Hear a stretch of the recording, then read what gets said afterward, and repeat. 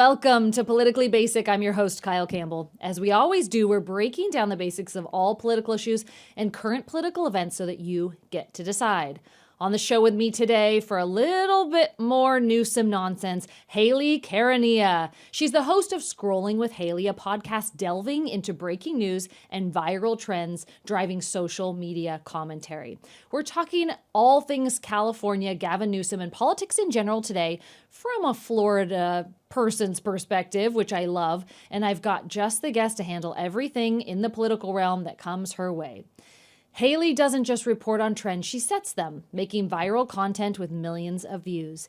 You know her as part of the Bongino Report, but before joining there, Caronia worked in advertising at Fox News Channel, as well as on Hannity as an associate producer and booker. She went on to produce and write for Sean Spicer at Newsmax, where she began on-air reporting. She then rejoined Fox News Digital to oversee and produce content for all Outkick shows. Caronia provided viral man-on-the-street videos and social media commentary for Outkick and Fox News Channel. Well-versed doesn't begin to cover it for someone so young, and you all know I love talking politics with people just like this. So let's go. Hayley, thank you so much for joining me on this episode of Politically Basic's Newsom Nonsense. Thank you so much for having me. I'm thrilled. Okay, well, lots to cover. So you are in Florida. You're going to give us the other side of the country perspective here, which I think is really important. And we want to hear from someone outside our weird little bubble over here on the other side of the country. So I'm really glad to talk to you today. And thank you for coming on the show. Thank you so much. I appreciate it. Well, you kind of rose through the political news media world quickly, landing a coveted spot now on the Bongino Report. Tell us how you ended up there. Yeah, I mean, how much time do we have, right? So when I was in school, I knew that I never wanted a 9-to-5 job. I never wanted to sit at a desk and do something boring. I wanted to do something fun. And I actually thought, maybe I would end up in California because I studied film and television. And there was kind of two options where you can go the Hollywood route and you don't know where your next paycheck is coming from, but you're kind of just like working on different film sets. And I was kind of really enthralled with that idea. I loved set design and prop master and things like that. I thought that I wanted to work in Hollywood. And it's so funny that I am so far from that now. That is nothing like what I do now. I mean, it's sort of in the same industry, but not really. I basically make fun of Holly weirdos all the time on my show now. I can't I'll believe allow I it. wanted to be one of them. Yeah. So I went the TV route. My dad said, if I'm paying for your schooling, you better get a job doing this, nonsense film and television that you're studying. So I thought that going to work for a network would be my ticket to a more stable job. So that's what I did. I did the TV thing. I took a studio television course and I thought, yes, I want to be in the control room. I want to be pushing buttons. I want to be calling shots. That's what I want to do. So I started in local news and I quickly realized that I needed to cover something bigger because the local news just wasn't hitting it for me. And there's no disrespect to local news, but I remember vividly I was covering a story about an elderly man who lost his pet parrot. And I thought, nobody cares about this story except for the elderly man. I mean, yes, it's wholesome, right? But I thought, no one really cares about this. I think I need to do something national. And that internship led me to Fox News Channel. I interned there more than you would ever know. I mean, I interned there in advertising and on-air promotion. I interned in social media. I did event planning. I was a college associate and a campus associate on my college campus, and I planned debate watch parties. So that's sort of how I got into politics in general. And that's sort of how I got into the Fox News orbit, if you will. So once I graduated, they hired me. I think they have to. I think if you intern somewhere 5+ times, I was like a cockroach that wouldn't go away. So they were like, fine, we'll take you. When do you graduate? So I started working there and I thought, sort of the same feeling that I had when I was in local news. I thought, why am I working at this network and I'm not working on a show? I kind of had show FOMO, if you will. So I was working in advertising for a while and I loved it. And I was thrilled to get into that. And I learned how to write, which helped me all throughout my career. But then I got on Hannity. This is a long story. I swear I'm coming to the end here. But that's where I met Dan. So I booked Dan. He was one of the first guests that was in my Rolodex. And I ended up booking him like once or twice a week. And then it turned out that everyone loved him and he was a ratings smash hit, right? So then they told me, all right, Hayley, we need to have you book Dan more often. Like, how about let's have him on standby Monday through Friday? So I ended up talking to him all the time, and he became a close friend and a mentor to me. And he's someone that always told me the truth. And I never made a career move without consulting him. You know, when you work on the number one show in cable news and you think, should I ever leave this job? You know, it would be crazy to leave this job. But I told him, you know, I want to get more experience. I want to do this. And he's encouraged me throughout my whole career. So I've made a lot of career moves and he's always been there for me. So I remember probably in 2019, I told him that I wanted to host a podcast. And he said, well, just do it. Just do it. Just host the podcast. And I said, well, I can't because I work at Fox and there's, you know, a lot of like non-compete rules and contracts that you sign and you can't really compete with the company that you're working at. So I didn't do it and I didn't take his advice. And he just said, you know, do it, ask for forgiveness, don't ask for permission. And I didn't listen to him. And, you know, it ended up working out in the end because I started, you know, I went to Newsmax and then I went to Fox News Digital and I started doing this weekly YouTube show that nobody was watching. And Dan ended up watching it. I put clips on social media and he said, I'm going to hire you. Just give me a few months. And I think he knew that maybe he would get this job at the FBI or something in the White House, maybe Secret Service or something. I don't even think he knew at the time. But he said, just hang tight. I want you to host a show for me. So I did. I hung tight. And then he left and I hosted this show in his brand new studio that I think he hosted 2 shows out of there. And then I got the keys to the castle. Wow. So I've just been sitting in this lovely studio and I'm home right now, but the studio looks a lot better than this. But it's been lovely. And finally, for the first time ever, starting February 2nd, we're going to be working together really for the first time. So it's exciting. That's how it all happened. Well, Long story short. Thank you for walking us through it. It is really interesting to hear your pathway to where you are now because you're kind of in a dream position. You know, there's so many people out there with a podcast. And it's sort of the hot thing to do now. And it's tough to kind of cut through the noise and make a name for yourself and gather those followers and put content out there that's really valuable to your audience. And you're doing all those things, but it's important for people to know, like, you absolutely hustled and you worked your way to where you are now. You put in the time, you made the connections, and it really has paid off. So how long have you been doing this? Like, how many shows have you filmed in this new studio? I think we're almost at 250. Wow.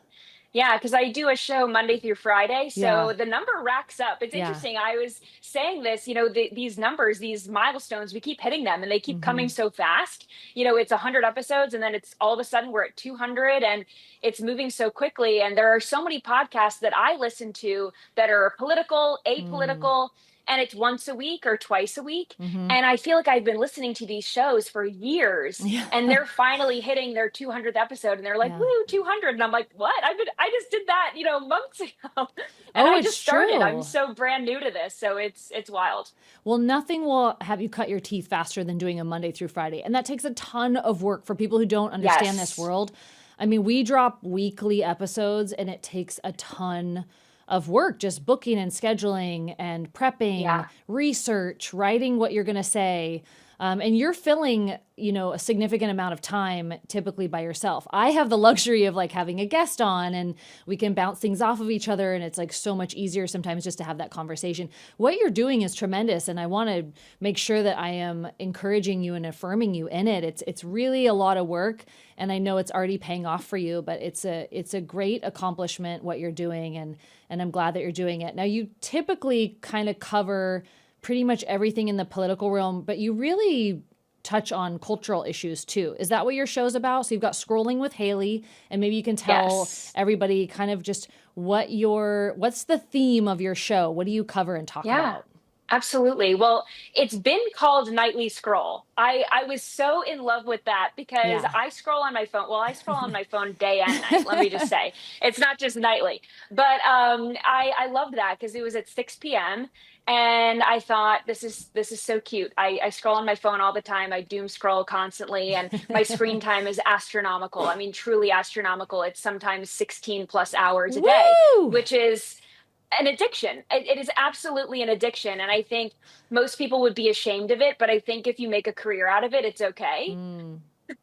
So I'm leaning into that rebrand of my addiction. But yeah, I cover a lot of social media commentary. I am on TikTok constantly. I know that's a little controversial. A lot of people in the conservative space are Mm. anti TikTok, or at least they were for a while. But I was on TikTok right in 2020. That's kind of when it like really blew up, Mm-hmm. and I loved it. I started posting Yeah. videos, and I kind of started posting videos when I wasn't supposed to, because I was Mm. working at a news network and you're really not supposed to have your personal opinion out there. But maybe that's where I took Dan's advice. Ask for Mm. forgiveness, don't ask for permission. But I wanted to just put my opinions out there, and I thought that I could do it in a funny way and in a Mm-hmm. lighthearted way. I think there are so many people in this industry that take themselves way too seriously, Yeah.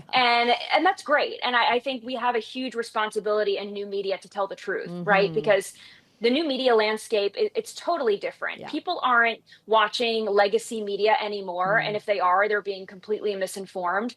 But it's also there, it's a double-edged sword with new media, because I know I'm saying this, it sounds like counterintuitive, because my whole career is thanks to new media, and I have this platform because of it. But I feel like it's kind of a scary place where people just go to the voices that they like, Mm-hmm. and they go to the voices that affirm their own beliefs. A lot of the people that listen to me, I mean, they come to me because they agree with me.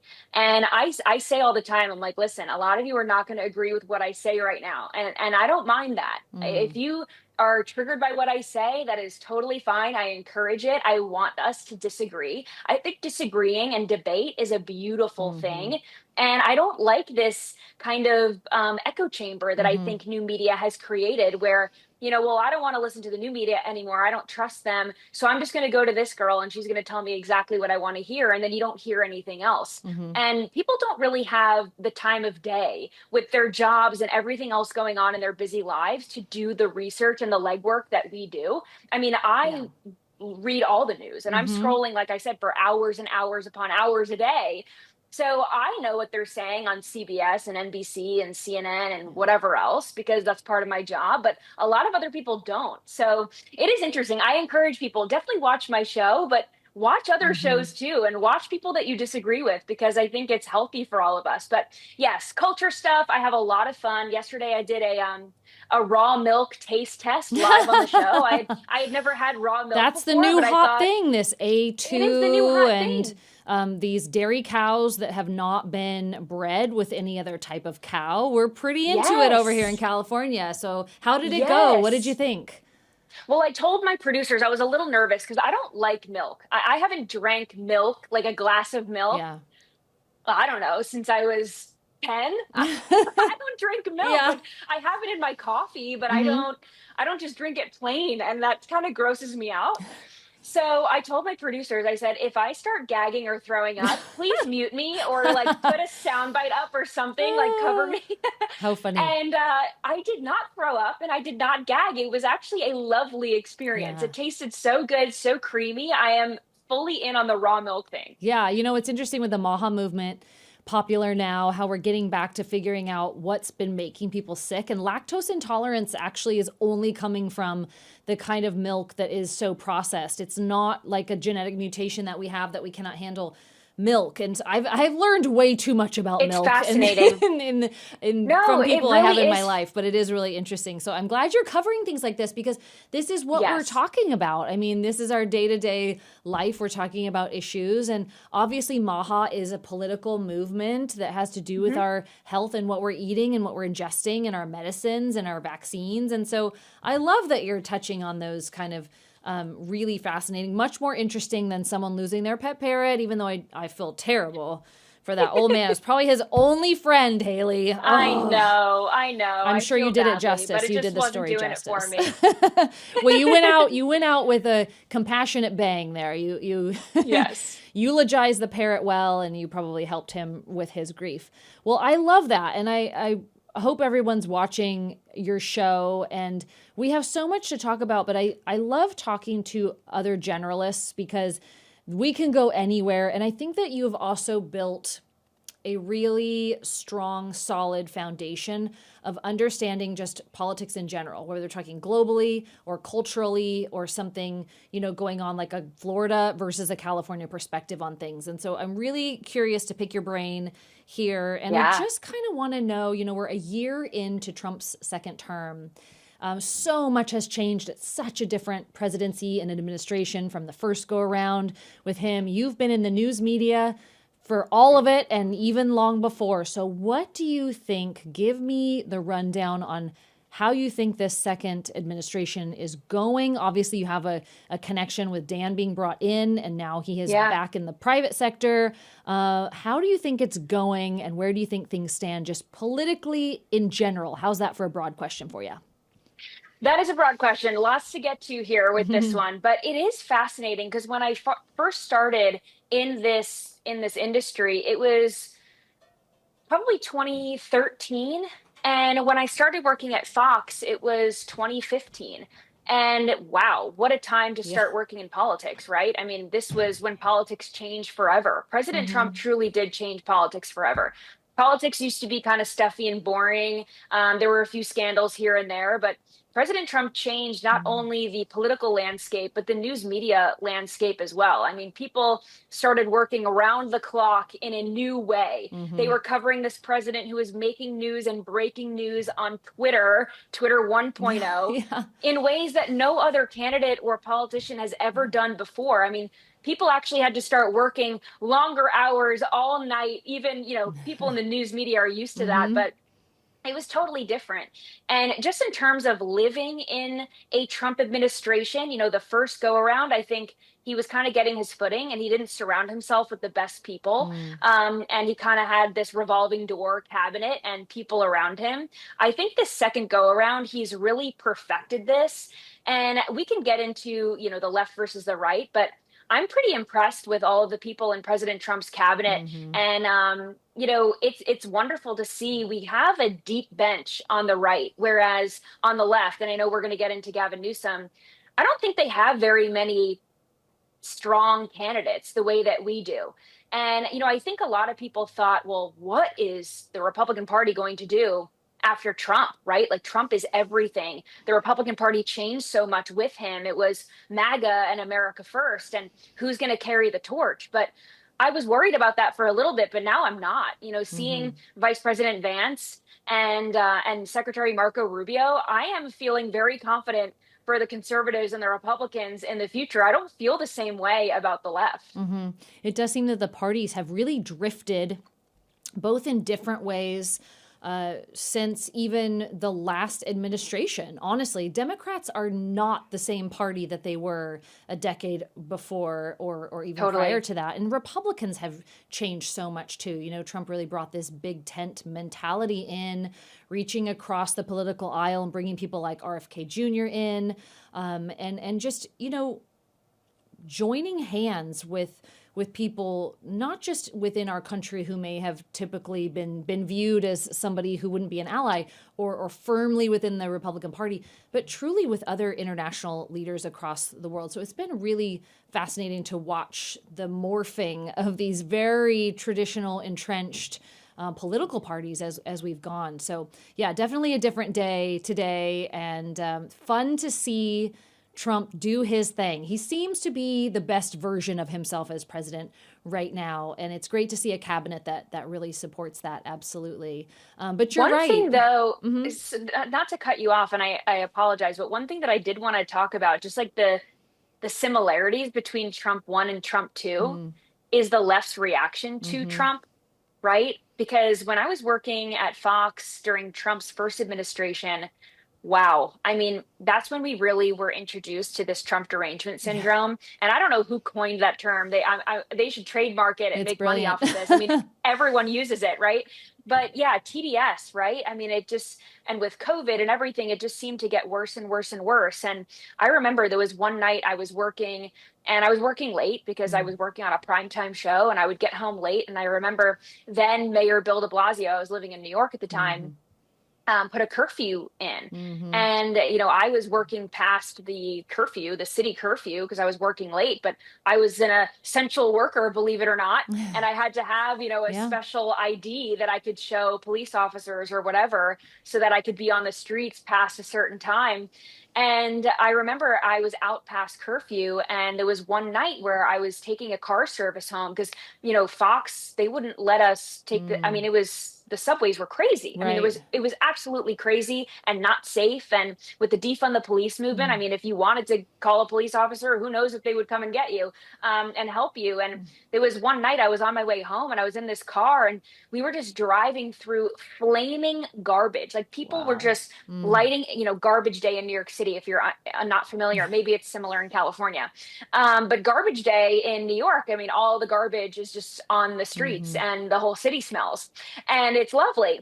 And it's even more lovely when it's on fire and it's burning. And I was sitting in the car and I could feel the heat Wow. from the fire, this like inferno on both sides of the road. And it was all the way down the road.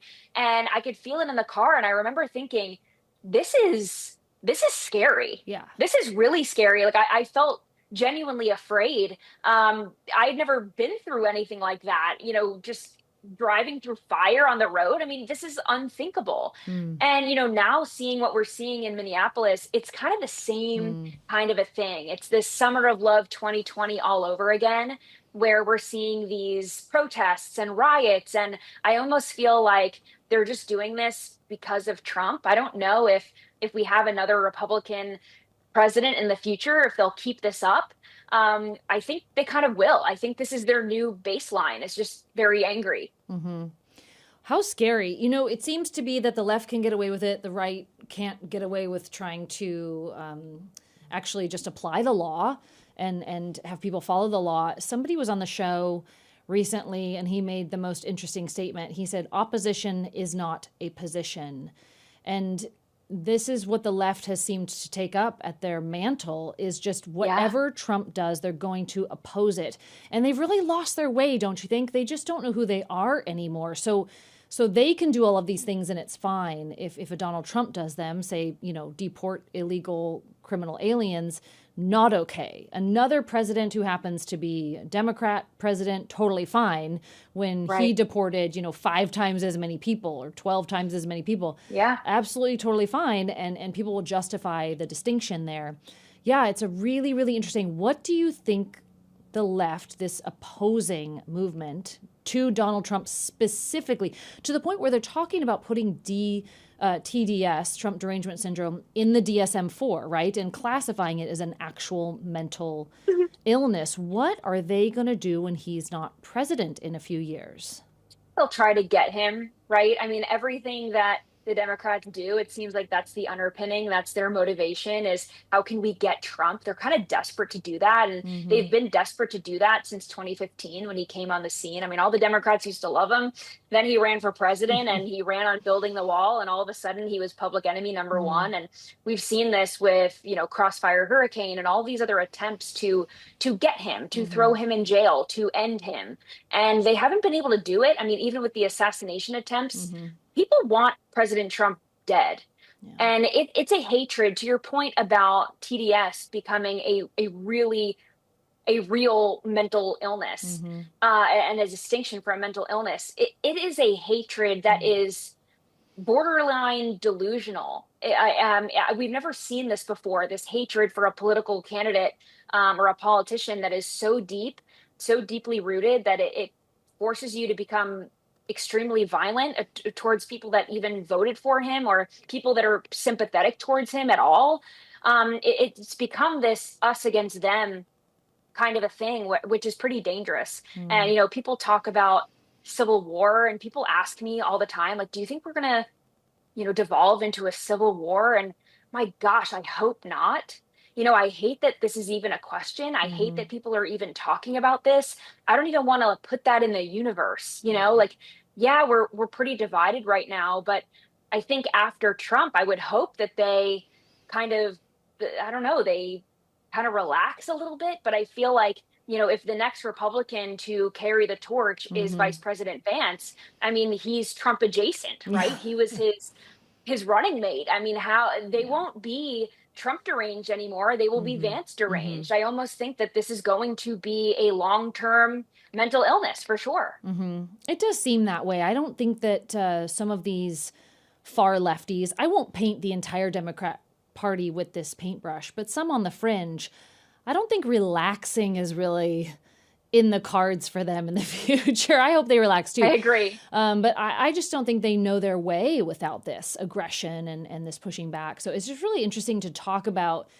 We've got a lot of issues on our plate as we approach the midterms. Out here in California, we're not exactly sure what congressional maps we'll be using to vote in Right. our congressional leaders, but we're talking national security as a huge issue. Lawlessness is out of control. People being further divided than they have ever been before. We're justifying violence. For perpetrating it on specific groups and then justifying it. Obviously, there's been some international drama that Trump and his team have been really navigating quite beautifully. This whole gender ideology thing, culturally, just we're kind of a mess a little bit. What do you think's Yeah. going to be top of mind as we approach this fall and these midterms? In the last presidential election, it seemed on the left like they were just abortion crazy. Like they lost their minds Yes. in pushing abortion for everyone, abortion for animals, abortion for babies.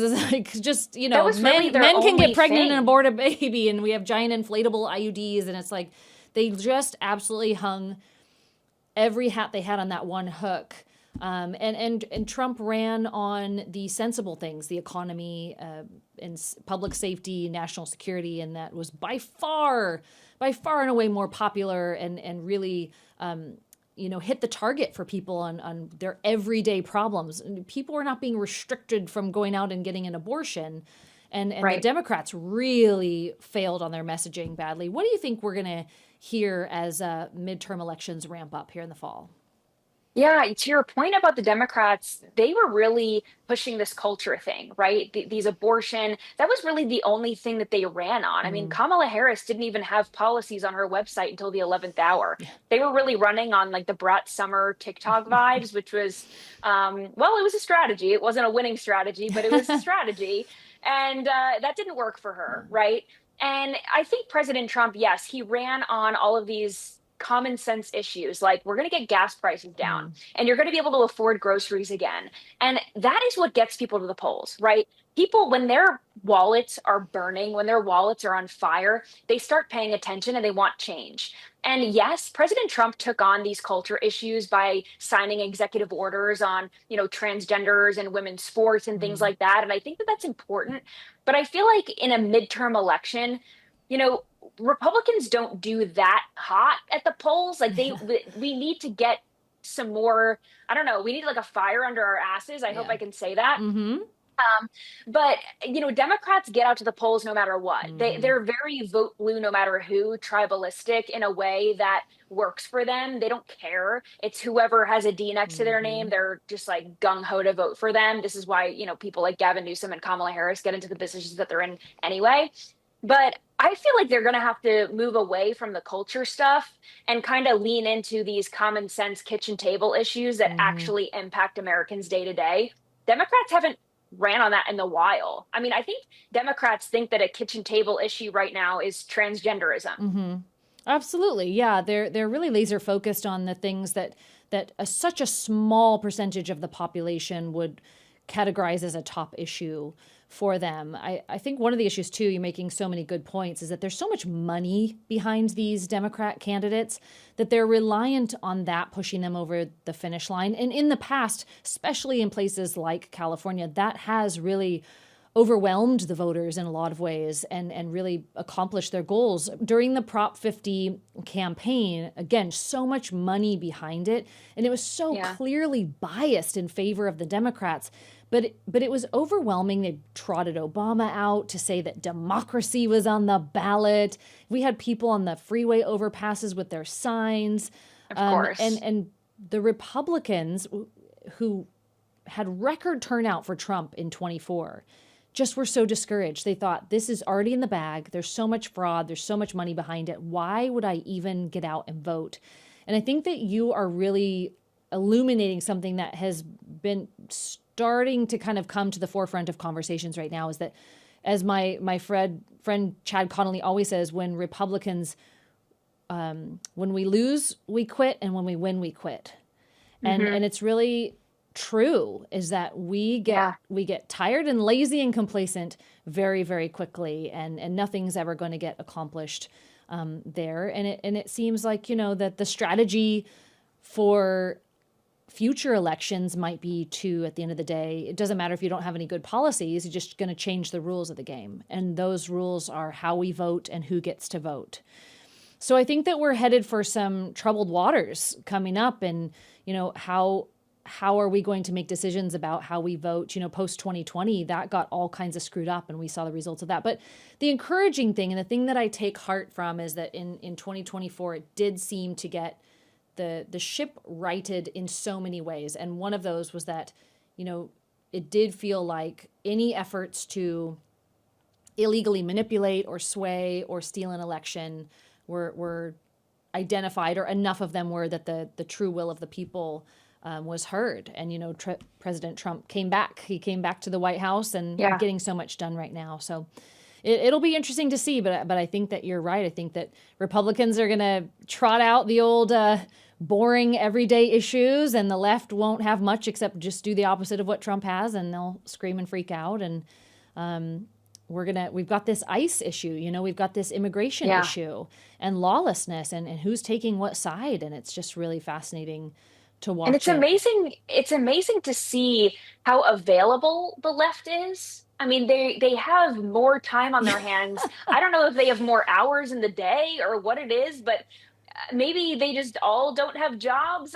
It's crazy to see all these people, and they come in shifts. It's the morning shift of protesters, and then it's the afternoon shift of protesters, and it's the nighttime, and it's whoever has, a free 2 hours to lay in the road or obstruct justice. It's bizarre, and they're really calculated, and it's a mobilization on, group chats and things like that, on Facebook groups, and it's, who's available to do this. And they got their, their arts and crafts, as I like to say. They got their cardboard signs, and it's just like, artsy fartsy freaks. This is their way of, I don't know, performative justice. And I don't know, they're like theater kids that never grew up, and this is their next role. And it is amazing. These people, they really do rile up the left, and then they rile each other up, and then they rile people up on social media. And it seems like Democrats are much better at that than we are. Like, these people who are out there protesting, whether they're paid or not, they really are getting people fired up, and they're doing it with misinformation. First and foremost, we saw this with the story about ICE is detaining a 5-year-old kid, and it turns out that the dad actually just abandoned him, ran on foot, and left his kid behind. Sounds like a really, he's a grade A dad of the year. And of course, the left is like, ICE is so horrible. How could they do this? And it's like, well, they were babysitting a kid that was left behind. Like, what were they supposed to do? That's what Vice President Vance said. What would you have liked ICE to do in that situation? So it really is crazy, the misinformation that they spread, and then it spreads like wildfire. And this is the kind of momentum that gets them to the polls, where, I think Republicans sit around and we watch this and we kind of point and laugh because it's ridiculous. But we also need to get fired up too. Yeah, you're so right. Let's turn our attention over here to my beautiful state of California. You're on the other side of the country. You live in a fabulous, beautiful state. Our leadership literally could not be any more different than it is. You guys have the phenomenal Ron DeSantis, who has really taken some big steps in terms of deregulation, some of the legislation he's put forward, and just the way he's running the state with such freedom that people are flooding over there. Yeah. Have you still seen the exodus? Like, are people leaving New York now? Are still people coming from California? Are you seeing the I was population? one of them. Yeah. Yeah, I was one of them. I grew up in New York and I was living in this hellscape, and it was dangerous and it was dirty and it was disgusting. And, I saw homeless people. I mean, actually, I won't tell the story because it is so graphic and disgusting. But just imagine one of the grossest things a homeless person can do. And like, you walk by that and it becomes your everyday. And, just male homeless people exposing themselves to you and, defecating in the street, and you're watching this and it's just like, in America, like it almost doesn't even seem like first world behavior. And it's allowed in these cities. And I know that there are cities in California that are kind of like a mirror, right? It's these coastal elites that run on, all these freebies and whatever. And then you go to the city and it's like, ew, this is disgusting. Why would anyone want to live here? So I was living in New York for 6-7 years after college. And then I thought, well, I don't want to live here anymore. I certainly don't want to, raise a family here. I want to get out. So I moved to Tennessee and I lived there for a little bit.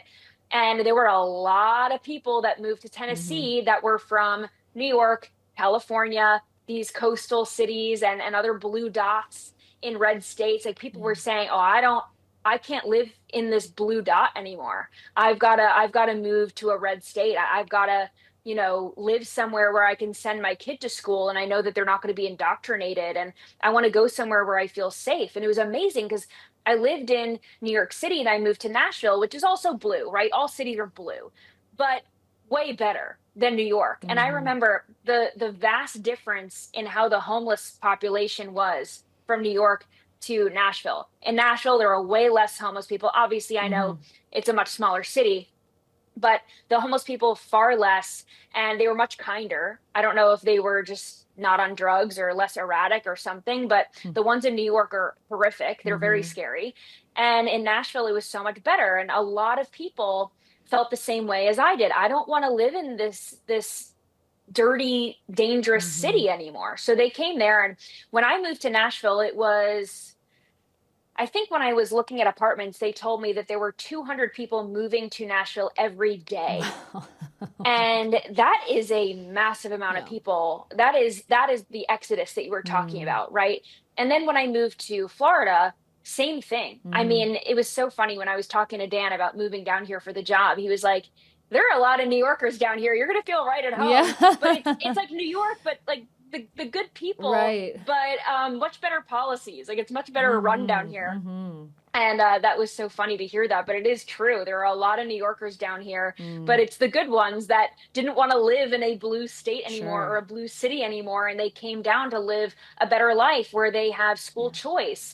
And, I have friends who are having children and they don't want to vaccinate their children, or they want to delay the schedule. And they can find physicians down here that'll do that. And they can feel good sending their kid to school, knowing that for the most part, they're not going to be taught about sex and other inappropriate things, like this indoctrination stuff that's happening in blue states like New York and in California. It is this weird dichotomy. You talk about the coastal elites. We have so many people here who have wealth from whatever direction that's coming from. They live in beautiful homes and mansions. Gavin Newsom is one of them. Kamala Harris just bought an $8 million mansion in Malibu. We're so happy for her. Nice. I know, it's lovely for her. And she's unemployed. Totally. The state will take care of her. But Yes. Literally right next door, you have homeless encampments, and you have people living in the worst filth and just decomposing. And the leadership won't do anything about it other than take the billions that the state gets to handle these problems and start stuffing it in all of the friends' pockets and the little nooks and crannies where they can hide it. And I'm just curious, my head's so in California and being here forever. I'm just really curious to see if people outside of California see that, or if they just wonder about it, or if they think, maybe there's some merit to Gavin Newsom. Do you have an opinion on him as a political leader, as he is I'm just going to start saying most definitely running for president in 2028. Right. I know, isn't it funny? I mean, he hasn't announced, but we're all kind of operating under the notion that he's already the Yeah. candidate, right? Yeah. Yeah, I think he's absolutely gearing up for 2028. And I think we saw, I mean, he's slimy, right? He's Mm. absolutely slimy. He's a liar, but that's not unlike other politicians. I pretty much don't like all politicians, left, right, and center. Not that anyone's really center anymore, but I don't like politicians. I think that they're all slimy. I think that once you're in this business, you Mm. realize that everyone's bought and paid for in one way or another. But the Democrats, certainly Gavin Newsom, is such a slimy liar. When when he started a podcast, I Mm. thought, and some other politicians, people on the right too, they have podcasts, and you know how much work it takes to put on a podcast. And I'm thinking, how does Gavin Newsom have the time to sit down and have a conversation with people? And for, I don't even know how long it is, like hour-long conversations. And this is his side gig. Like, he's doing this after he's the governor. He's doing this later. How do you make that work? Don't you have other things to do? Don't you have bigger fish to fry? Don't you have constituents to care about? And He's it very seems at like, ease, Hayley. He's just very kicked back. yes, He's not worried. He's almost a governor in absentia. And I wonder if they can get him yes. booted because of that. He's traveling to foreign countries. He's, talking crap about the United States and about Trump all over the world. He does not have a care in the world, and nor does he have anywhere to be. And the podcast, I think, was a real kick us while we were down moment in that Yeah, and the people it of the state was, feel abandoned, quite frankly. yeah, and it was so make believe when he sat down with Charlie Kirk. Mm. And he's presenting himself as this moderate. Oh, my son loves you, and all of his friends love you, and I just really wanted to get to know you and talk to you. And Charlie got him to admit that Mm. men playing in women's sports is lunacy. And he said, well, yeah, that's we got to get rid of that. That's not fair. We can't be doing that. And he's making himself seem like he's this common sense moderate. Meanwhile, he's signed all of these. Basically, California is a sanctuary state for transgenders. Yes. And, there's no such thing as a transgender child. That is a complete myth. And what I say, it is a political Munchausen by proxy Mm. syndrome, where Munchausen by proxy, it's a parent who gets like a high off of having a Yeah. sick kid. They Yeah. get this high off of the attention. Oh, I have a sick kid. Oh, I have to bring my kid to the doctor, and oh, this. I call it political Munchausen by proxy because you have a mentally ill parent that is taking their child who probably is going through puberty and uncomfortable in their body. Mm. And then the parent is saying, well, I can fix this. And I can fix this in a way that makes me the hero to Mm. all of my libtard friends. I'm the hero because I get to take my kid to this therapist, and then the therapist is going to put them on gender affirming hair drugs. And I'm doing the right thing. I'm saving my kid from suicide. That's Mm. what they'll say. It's life saving care when it's really not. It's exactly the opposite. Yeah. So Gavin Newsom does one thing. He says one thing. He does the other. And then to your point about Gavin Newsom on the world stage, when he's at Davos, this was so self-centered. Mm. Gavin Newsom is so self-centered. When you are on the world stage like that, he's making it about this divisive American politics by making, sexual innuendo jokes about he's got knee pads on stage that he brings out as a prop, and they've got Donald Trump's signature on them.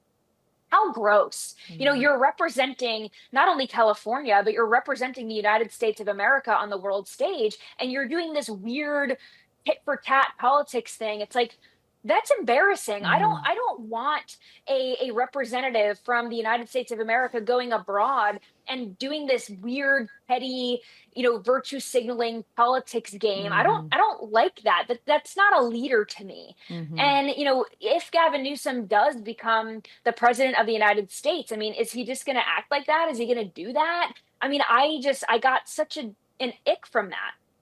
From the other side of the country, do you and the people around you, and I know your head's in this all day long, and you have guests you talk to, and you read a lot of comments on your posts, do you think that anyone thinks that Gavin Newsom is doing a great job out here in California? And if so, No. what? Well, okay. No, is there easy anything answer, redeeming no. there? Anything redeeming that we think that he has done that has benefited the state in any way? No, absolutely not. But that's the scary thing. We have Mm, a voting base that is so misinformed and they're so, I don't know, they've got their heads in the clouds. And we talked about this earlier, but they'll vote for anyone with a D next to mm, their name. They're just kind of, I don't know, they're in this trance, this Democrat trance where it doesn't matter what the policies are. I mm, mean, they ran Kamala Harris. She didn't have a policy other than, yeah, you can abort your child in the ninth month. mm. I mean, that was what she ran for president on. And she ran for president on, I just fell out of a coconut tree and I wear high heels and I'm a woman and I'm black and I'm Jamaican and I'm whatever you want me to Yeah. be, right? I check every box, Mm-hmm. except she didn't check any box that actually mattered. So we see that the Democrats really have a low bar for their candidates. And people will vote for Gavin Newsom because he's handsome and because he has like a resume, right? Democrats love to talk about this. Even Michelle Obama was just talking about this on the Call Her Daddy podcast, which Mm. was hilarious. The jokes write themselves that Michelle Obama was on Call Her Yeah. Daddy. But anyway, Michelle Obama was saying, "Oh, it's just amazing that we have." Kamala Harris and we have Hillary Clinton, and they're so accomplished, Uh-huh. and they Isn't have that these amazing? these extensive political resumes, and they're so impressive, but they just couldn't get across the finish line because Mm-hmm. America is sexist and misogynist and all these things. And it's like, no, I would say that America is absolutely ready for a female president who's worthy Mm-hmm. of the job. And Kamala Harris was not. Hillary Clinton was not. And that's the name of the game. So Democrats, they don't really care. They'll put up literally anyone to run. And they just think that, running them as a Democrat and the color blue is enough for people. And Mm. honestly, for a large swath of the country, it is. It is Mm-hmm. enough. Mm-hmm. No, you're absolutely right. I do think we are ready for a female president. She's going to have to be some kind of woman, and that is what it's going to take to give people the confidence. After these two failed attempts, they did put two terrible candidates forward, and just because you say they're the most qualified doesn't make it true. I can say anything, but the reality is, Kamala Harris was just an absolute epic disaster when she was the DEI hire for vice president. And Hillary Clinton is most likely the most corrupt politician that this country has ever experienced. And you can't just say differently and throw them out there and say, it'll be our first female president. How exciting. We've already had our first female vice president. And how did that go for us? Not Yeah, and people don't outstanding. care. No, no one cares. No, I mean, anyway, we don't have a Kamala Harris day during the year, thank goodness. For Not yet. Anyway, Not yet. I shouldn't have said it out loud, Haley. I redact that. We'll nip Manifesting. that part right on out. You just gave them the idea. They're gonna go run and make it happen. I don't think they want to. I don't think anybody likes her. She look at how Yeah. she burned the Bidens, and she just lit them on fire, and Jill turned around and lit her on fire even worse than she had to them. So it didn't end well. And I think retirement's the only direction for her now. So as much as we don't like that she's back in California, hopefully she'll keep to herself there at the beach and Yeah. be busy Absolutely. shooing away the homeless that will start encircling her mansion. Haley, while I've got you for a few more minutes, I want to ask you kind of the burning question that everybody wants to know. Dan valiantly and courageously left the private sector and went to the administration and served in the FBI, and a lot of questions for him about that time, and we're not sure what we're going to get, how much transparency he will be allowed to share. What can you share now that he is back, and what tidbits of information do you have from his time in the administration there? Yeah, so all I know is that Dan is coming back on February 2nd. And I got the opportunity to interview him on my show. This was a few weeks ago. And it was so great to talk to him again and actually, get his take on what that was like and all the questions. And I asked him, I said, when you took this job, did you think that you were coming back? Did you know that this was going to be the timeline? And he said he always wanted to put in a year. Hmm. So he did that. And, he's very proud of what he did at the FBI. And if you were lucky enough to know Dan or meet Dan, you know that he is a patriot who loves this country. I mean, he's wanted to serve this country and he has in a lot of different ways. So he's going to be back behind the mic, which I think that's the favorite position, right? Everyone wants to see him behind the mic because then they get to hear from him And I will say that this administration, the Trump administration, is the most transparent that we've ever seen. So I think that it's been very cool to see all the posts on Twitter, like, hey, this is what we did today, and this is what we did here. And it's like hour by hour updates. And when it comes to the FBI, I mean, they were keeping us updated on Letitia James and Comey and all these people that they're going after, and the January 6th pipe bomber and the Operation Summer Heat, where they, got rid of all of these pedophiles and all of these violent criminals. And I asked Dan too, when he came on my show, I said, what can you say? Like, is there any, when you come back to the show, what are you going to be able to say? Is there anything that you can't say? And, he didn't want to drop too much on my show because I think he wants to save everything for his show. I can tell you he is coming back with a vengeance. He is going to take on all the haters, right? Because there are haters out there. But he has the receipts, he has the facts. And I'm personally excited to hear what he has to say. But he said the only thing that he can't do is put this country at risk by divulging national security secrets. So we won't be hearing anything like that.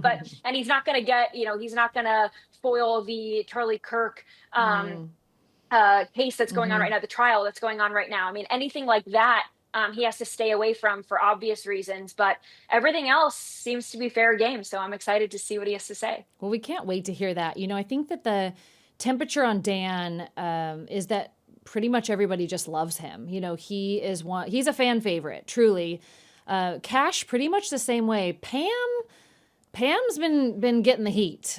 People have not been thrilled with everything that she's done. When you look historically at people in that position, she's doing a lot more than anyone has done in a very long time. So she's working hard. She's attacking some issues. I think that she's in a tough position because there has been some disappointment around Epstein files. Have you gotten some information from Dan about just his relationship with her, his thoughts on her? Is she going to stay?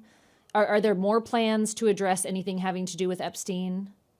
That I don't know. So that I can't answer. I haven't talked to him about Pam or anything like that, but I'm sure he will cover this stuff on his show when he comes back. But my personal thoughts on Pam Bondi, I knew her, like I used to book her at Fox News and she was lovely, right? But in this position, I haven't been so impressed. And I've been honest about that. And even when Dan hired me, he said, you have a show to do. You can be completely honest. You can, disparage me or anything, and you could just be honest. Right. And, he just said, I'm never going to tell you what to say or what you can't say or anything like that. And I was really honest when it came to Epstein. And I just said, like, listen, Pam Bondi has totally screwed this. The binder debacle was something that was honestly offensive. And that was so poorly done and poorly handled. And then the influencers, and it's like, why are we releasing this information in this way to like 6 people on Twitter?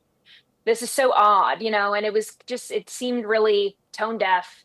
Especially coming from the right, where we kind of ran on this transparency thing, but also we wanted justice for the victims, right? Like we want to know, Epstein was arrested and Ghislaine Maxwell is in jail right now, and it's like, for sex trafficking, but to who, right? Like that's the big question. And I think hopefully we'll get to the bottom of that, but.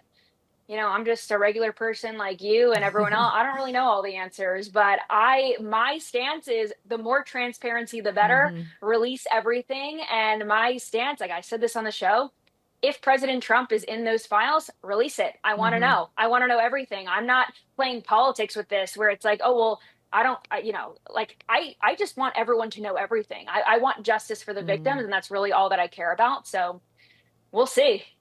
I hope that we will, and I appreciate you letting me throw that question your way. It was very, very candid. That's the way I like to do it, but you know what? You're in this world, and of course, I won't be the last person who asks you, and I'm sure Dan's going to get those same questions over and over, and I look forward to hearing from him, too, because... he was right in there. He was right in there and has a lot of information about that people want to hear from him on. So that will be really exciting for us to hear. And as we conclude this amazing time that we've had with you, Hayley, I'm so appreciative to just get you for a whole hour and hear from you.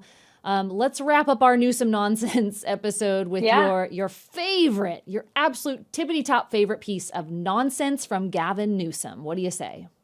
Wow. Well, I have to say, this isn't really my favorite thing that Gavin Newsom ever did, but it's Newsom adjacent. So my favorite part of this whole Gavin Newsom lore is Nicki Minaj coming out so strongly against him. I've been a fan of Nicki Minaj for years now. I keep saying, people like to jump on the bandwagon. They're bandwagon Nicki Minaj fans. I have been a fan for a very long time. And on my show, I joke, I have the ticket stub from when I went to see her and Lil Wayne in 2011. Wow. So I am not a bandwagon Barb. You're been legit. a fan. Yes. And, she was outspoken against the COVID-19 vaccine mandates. And I remember thinking, I'm like, is she conservative? And then, she would rap about, Mitt Romney and I'm a Republican, things like that. And I'm like, is she conservative? And then when I saw that she was going after Gavin Newsom, I was like, oh my goodness, here it is. And then she was at AmFest. So my favorite part of Gavin Newsom's lore is the queen of rap coming for him and ending him. I love that. Yeah, she has been amazing, and what a brave soul. She is who she is, and I always really enjoy super authentic people, and good for her. That's brave. I think there are a lot of closeted conservatives in Hollywood and the music industry and in LA, and they have to be real quiet about it. So I won't be outing anybody here, but we're grateful for Nicki. She's an amazing human with a big heart, and it's fun to hear from her. It's fun. And you know what? Gavin Newsom probably loves all that attention. So I think he lives in such a bubble. He doesn't get it that we're not saying great things about you. We would like you to do better, please. Exactly. Well, Hayley, thank you so much for coming on the show with me today. And we just wish you all the luck and blessing and success on everything that you're doing. I think you have a very long, wonderful career ahead of you. I know you're just getting started and you've already done so much. So congratulations. And I hope that you'll come back on Politically Basic again in the future and we can keep the conversation going. Oh, absolutely love it. This was a pleasure. Love the conversation, and I will come back anytime. Thank you so much for having me. Amazing. Thank you. And thank you all for joining us on this episode of Politically Basic. We're committed to breaking down the basics so that you can decide for yourself. Be sure to check us out at politicallybasic.com and follow us at Politically Basic on all socials so you don't miss an episode. And we will see you next time.